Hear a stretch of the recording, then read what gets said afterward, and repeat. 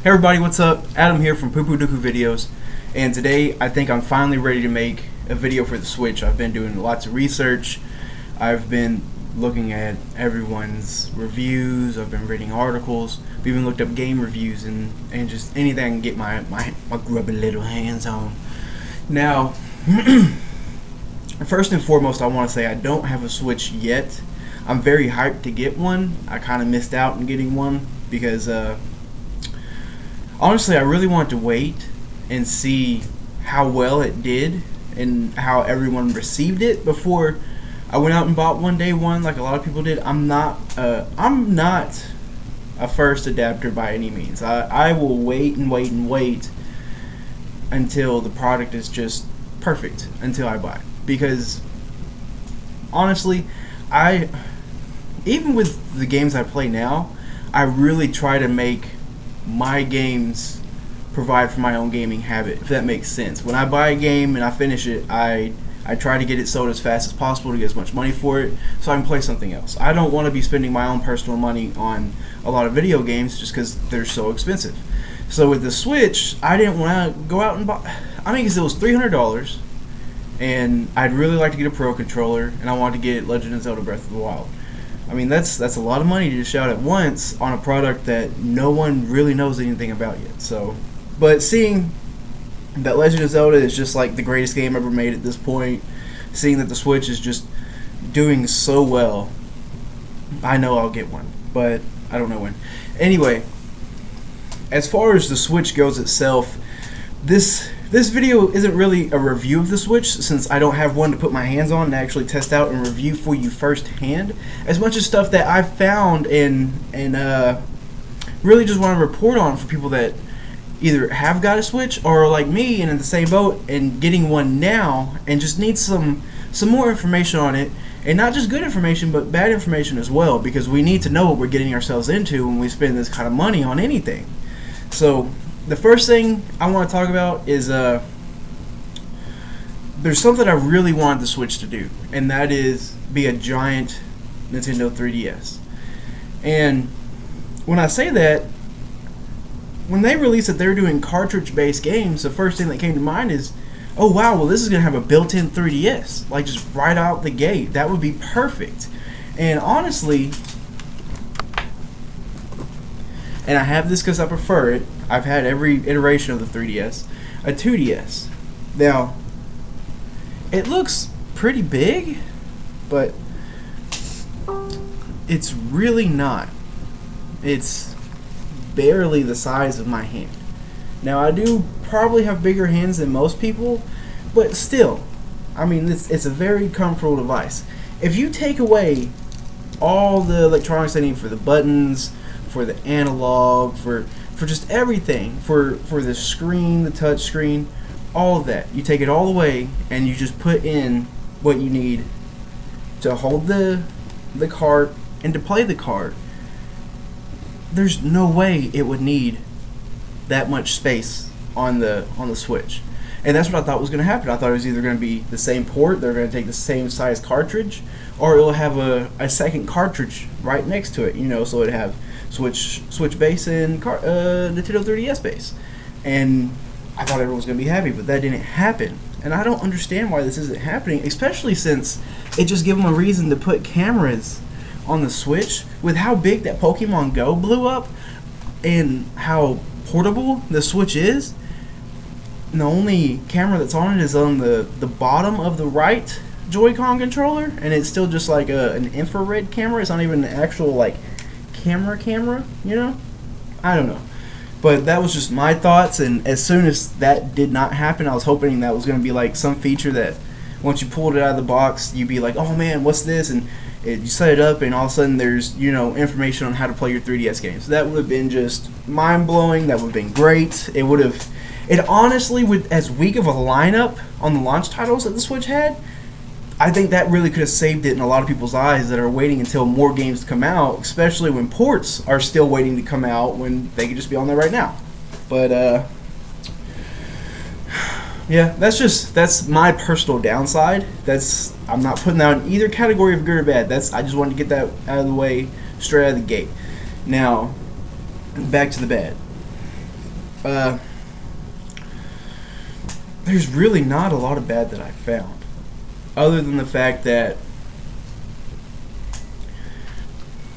when you're playing off the base and you're playing portable, the two shoulder buttons are probably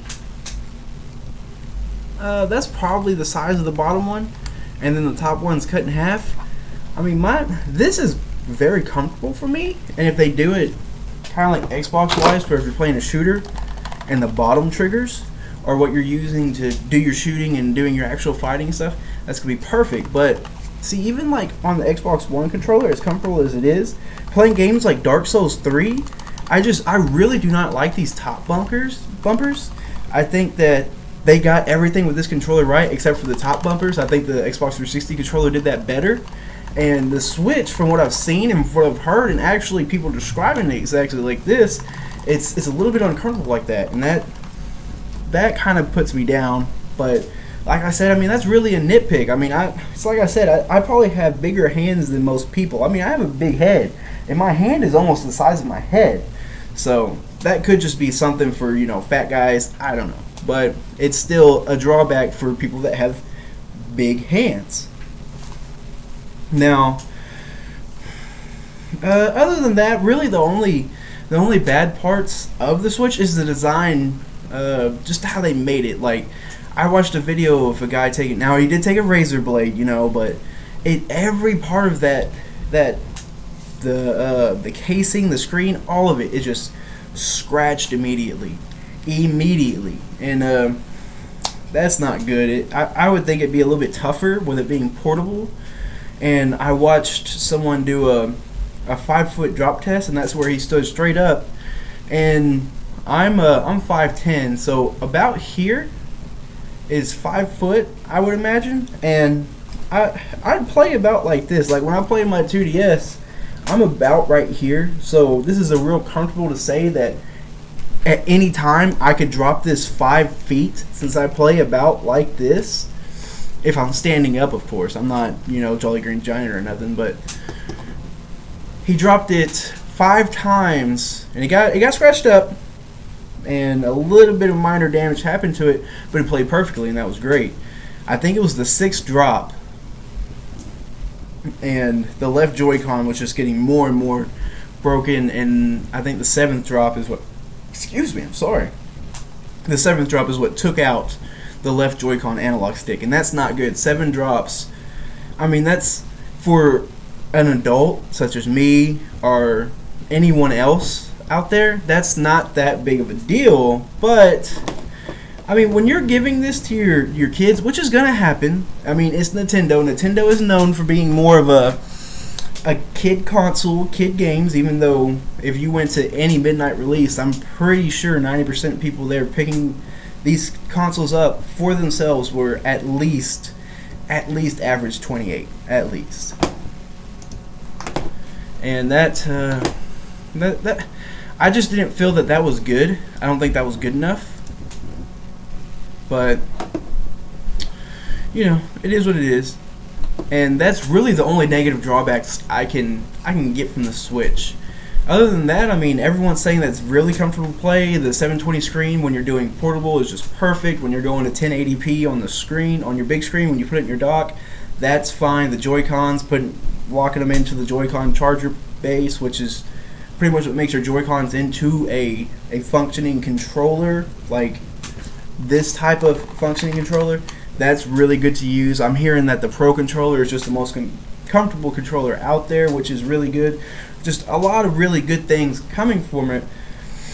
But the last negative I want to talk about, and this is the biggest negative of all of it, is just the price on nearly all of these accessory pieces that people are buying for their Switch. Now, I'm not putting anyone down for buying them at all. In fact, if I had the money and I went and got a Switch day one, I'd probably be getting these accessories as well, because, like I said, I would like to have a Pro controller because I enjoy using a controller like this. And if I'm going to play on the TV, I'm going to want something very familiar in my hands. I don't want to try to get used to something, and maybe the first few hours of any gameplay of what I'm playing is a little wonky. I want to be able to just put it in my hands and just go and have as much fun as possible. Get used to it later. You know what I'm saying? Especially with something like Breath of the Wild, I really don't want to get frustrated because I'm pressing wrong buttons or my hands are cramping or I just can't use the controller. So that's where a pro controller will come in handy. But it's just so expensive. I checked prices yesterday. Pro controllers are $69.99. That is $10 more than an Xbox One controller. Insane. Joy-Cons are, to buy a pack of 2, which is your left and right, your negative and positive, is $80. To get the Joy-Con charger base, which is pretty much a controller without face buttons, analogs, and bumpers and all that such, because that's what the Joy-Cons turn into when you snap them on. That was $40. So just buying a set of that to have another set of Joy-Cons and turn them into a controller when needed is going to be, let's see, $40 and $80, like $120. I mean, that's insane. It's really expensive, and it's like I told someone at work. I said it's just Nintendo being Nintendo with its accessories. I know they need to make money off the system, but like I said, I watched a lot of videos on it, and they made this console as cheap as possible. I mean, I'm as cheap as this console is looking. By next holiday season, I can almost promise you, which this is with any console, but with as big as of an upgrade as you can do to the Switch between CPU and the screen and the excuse me, I've had this dry cough lately, and the Joy-Cons, I mean, you could really upgrade that sucker, and once you figure out how to do it cheaply, you can sell it for $399, just $100 more than it was at launch, with a pack-in game with a larger memory bank other than 32 gigs.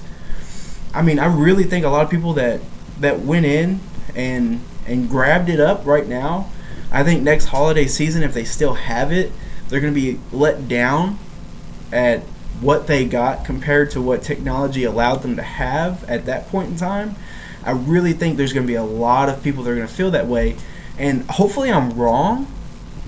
I mean, I really want there to be a better system coming out for it. I want the Switch DS or DX, whatever it's going to be called, if it is made, to be made. That's going to be a great step in the right direction, especially with everyone that's complaining that the resolution on their new console is less than the resolution of the screen on their phone. But I mean, that's apples and oranges, considering you pay $600 to $1,000 for a phone and you paid $300 for this console.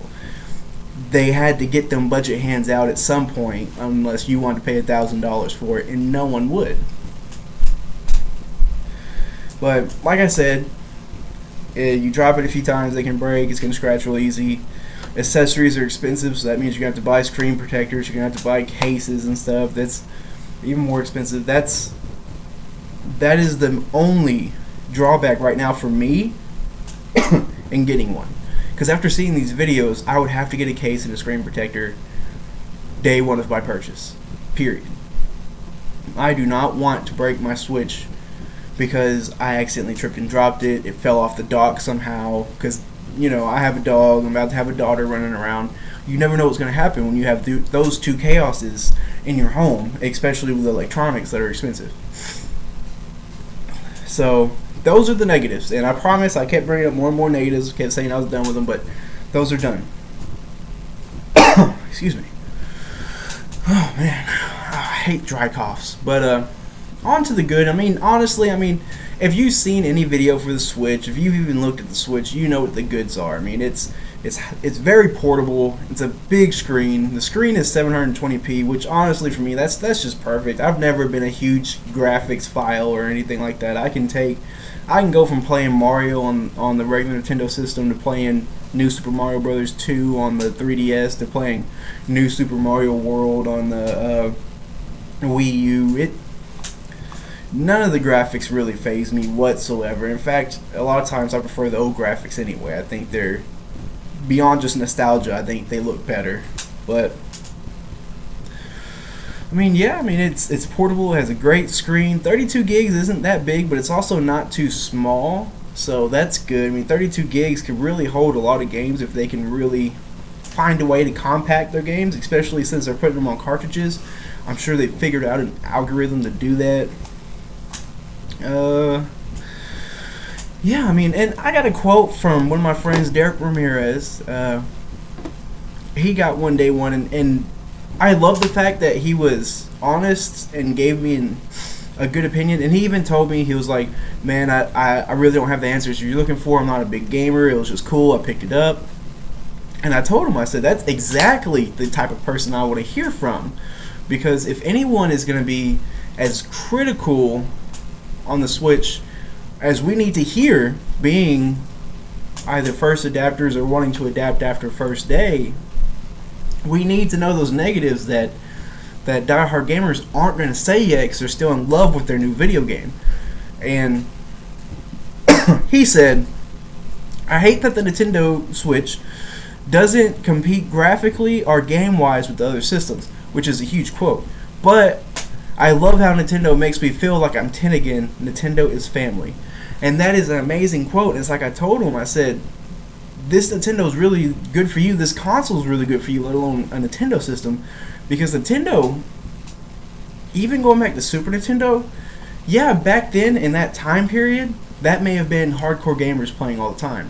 If you go back now, though, I mean, those games were really family friendly in the fact that a lot of people can just pick them up and play them, and they're not overly complicated, but a lot of them are very deep once you get into them, to really draw you into all these different genres and stuff that would make you want to go out and get an Xbox One, a PlayStation 4, a Wii U, a Nintendo Switch, you know, and really get into these deep games. I mean, Legend of Zelda Breath of the Wild, a lot of people are saying that's the first Legend of Zelda game people should play if they've never played a Zelda game before. And I haven't played it yet, but I just cannot agree with that because it's just too big. There's too much. I think the first game they should play is Wind Waker. It's cute, it's fun, but it's action-packed, it has a good story, it keeps you guessing, and it has a good ending. And, I mean, there's plenty of twists and turns in the story to keep you involved, keep you wanting to know more. The villain is big and scary, but like I said, it's the cute art style, so he never gets too over the top. It's very action-packed, but you're never cutting anyone's head off, or, well, I mean, I'm not going to spoil, but you know what I'm saying. I mean, it's just something perfect. Anyone can pick it up no matter what they want and have fun with it. They're going to solve some puzzles, they're going to jump around, they're going to cut some grass, they're going to use different weapons, they're going to sail the sea.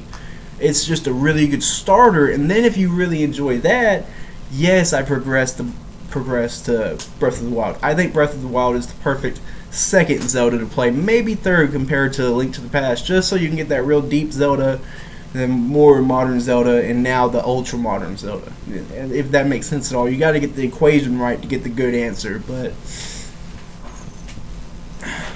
that's what I got to say about it. And back to what Derek was saying, that's I hate that the Nintendo Switch doesn't compete graphically or game wise with the other systems, which is the last point I want to end on. Could make or break the Nintendo Switch this coming year. Now, I think next year, it's going to be great. I think next year is when all the titles are going to come out.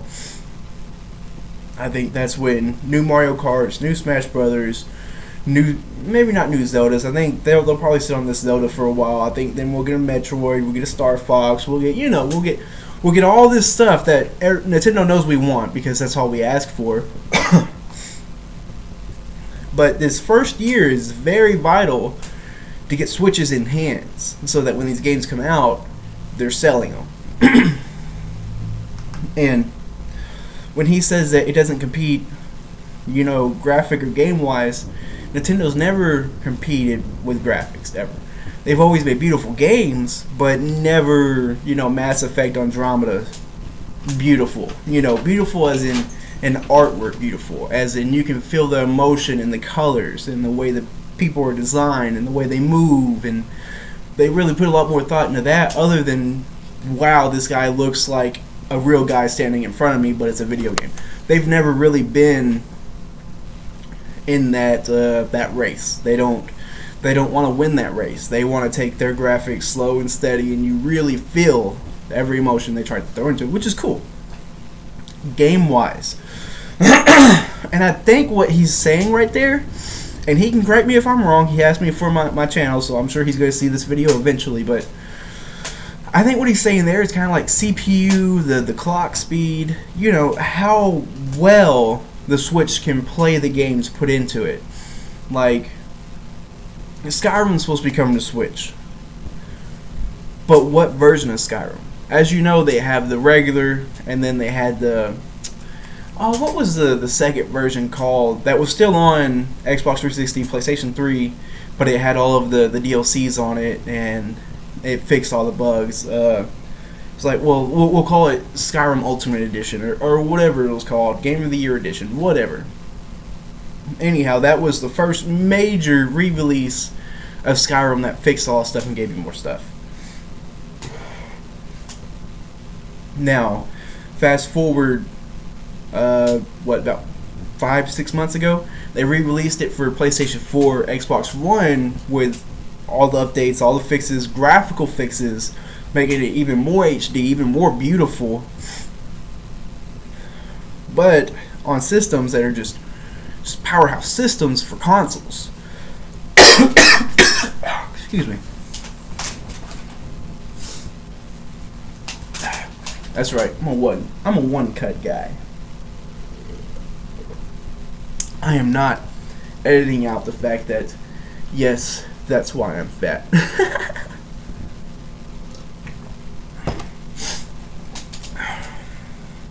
Much better. But so that means there's at least 3 different versions of Skyrim out there that they have to choose from. The initial release, the re-release that's been reworked, the complete remastered version. Are we going to get the complete remastered version on Switch? No. Please do not hope for that, because you will be disappointed. There is no way the Switch can handle it.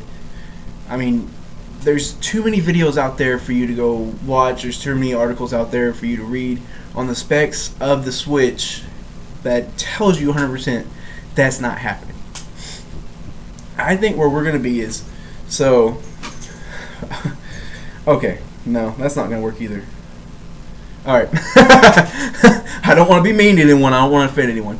So the complete remaster, that's out. That's gone. I think what we're going to get is in the middle between initial release and the first reworking of the game. I think we're going to get right in here.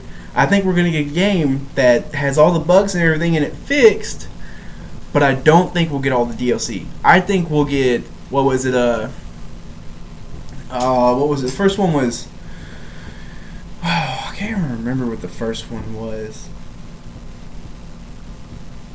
Anyhow, they had an initial, the one with the vampires, Vanguard. They had Vanguard. They had Hearthfire. I think it was Hearthfire. Which that one really just made it to where you can make your own home and decorate it and stuff. I don't think that's going to be in there. I think because I believe it was the PlayStation 3 they either didn't get it or got it real late, and I think that's what they're going to do with the Switch, but I don't think the Switch will get that at all. I think that's just too much, and they got to take a lot out, just put Skyrim on there. So I don't think you'll get Hearthfire at all. And then the last one was I can't remember the name of it, but it's set in Morrowind, and you went and fought like the first Dragonborn that went evil and stuff like that. I think that'll be in there. I think those 2 DLCs, the first and the last, in the game, and I think the bugs will be fixed, but I don't think there's going to be any reworked graphics or anything. I think that's all out the window.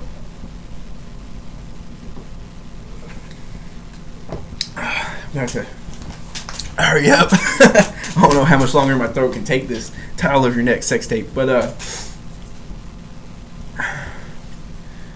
that's really going to be very important when it comes to games. Everyone wants to play a good game. But if you promise a certain game, everyone wants that game. They don't want what you can make of that game. They don't want the closest you could get to that game. When you say Skyrim after the PS4, Xbox One release, that's what people think. That's what people want. They need to hurry up and set that right. Promise you, I'm calling it right now, and I'm going to tell everyone I told you so when it comes out. But there is a bright side to that.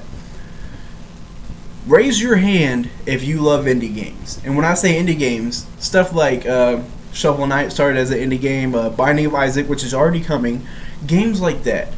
Games like Hue, Ninja X, I think that's what it's called. Oh man, what's that cat game where he's a submarine and stuff? What is it? Kitty Sub DX or something like that. That one's phenomenal. I mean, and the list literally goes on for miles. There's just so many good indie games out there. If the Switch is not an indie darling, meaning that the eShop right now is kind of lackluster, if the eShop is just not crammed packed to the point where you pick up your Switch and indie games are just oozing out of it, I really think that's going to hurt it. This system is so portable. Why would you not put that many indie games on it? I mean, that's going to be like the biggest selling point for me, at least, because the PS Vita, I loved it. I love my Vita. But at the end of the day, it was really just an indie game machine for me, which is good. It had a good screen. It was pretty big and everything, but the way they designed it, and I had to hold it, it was very, very hand cramping. If I just could have done this, and I'm talking about these fingers right here, if I just could have done that, I would have been fine. This is comfortable. This, for hours at a time, even an hour, half an hour, this is not comfortable. This is fine, this is not. You have to remember, if you don't have a PlayStation Vita, not only is the front screen, which there's only one screen on it, so this screen would be the touch screen on a Vita. The front screen's touch, which is good. If they had left it like that, that would have been fine. They had the bright idea to make the back touch screen as well. So if you're playing a game that even uses that minutely, if you put your hands here, you're causing the touchscreen to go off. You're doing something you don't want to do. You're activating a power you don't want to activate. You're making your character turn away you don't want him to turn. It's not good. And in some, I played a few games, I can't remember which ones, it opened the menu and nothing else. Terrible. Worst idea I've ever seen. One of the greatest consoles ever made, one of the worst ideas ever put on it. But with that failure, it makes me happy because I can go for the Switch. The Switch is going to take everything I liked about the Vita, the indie darling it was, and just be perfect. And I think that's where I'm going to end the video. I think I'm good with that. 30 minutes long. Last take was an hour and a half. I did it. So if you got a Switch, tell me if you like it. Tell me if you don't like it. Tell me if you're going to get one. Tell me why you're not going to get one. Tell me anything you want. I don't care. I'll talk to you about it. Follow me on Facebook, Adam Ansel on Facebook. Of course, on here, Poo Poo Dooku videos. On Xbox, Xbox One, Xbox Live, whatever you want to call it, I'm Poo Poo Dooku. Poo Poo Dooku across the board, guys. And if you want to play with me on 3DS, 2DS, whatever you want to call it, I got 2DS, still 3DS. Very confusing. Just follow me on Facebook, send me a message, or contact me on there. I'll put a picture of my Nintendo ID, whatever it is on there. I don't play with a lot of people on DS. I'm a solo gamer. But that was creepy as damn. Creep myself out with myself. That's not good. But yeah, guys, that's it. That's all I got for you. It's almost 29 minutes. I really gotta shut this video down. But like I said, tell me what you thought of it. Tell me what you think about this awesome Link sweater I'm rocking with the sexy belly and my titties. Alright, guys. Later.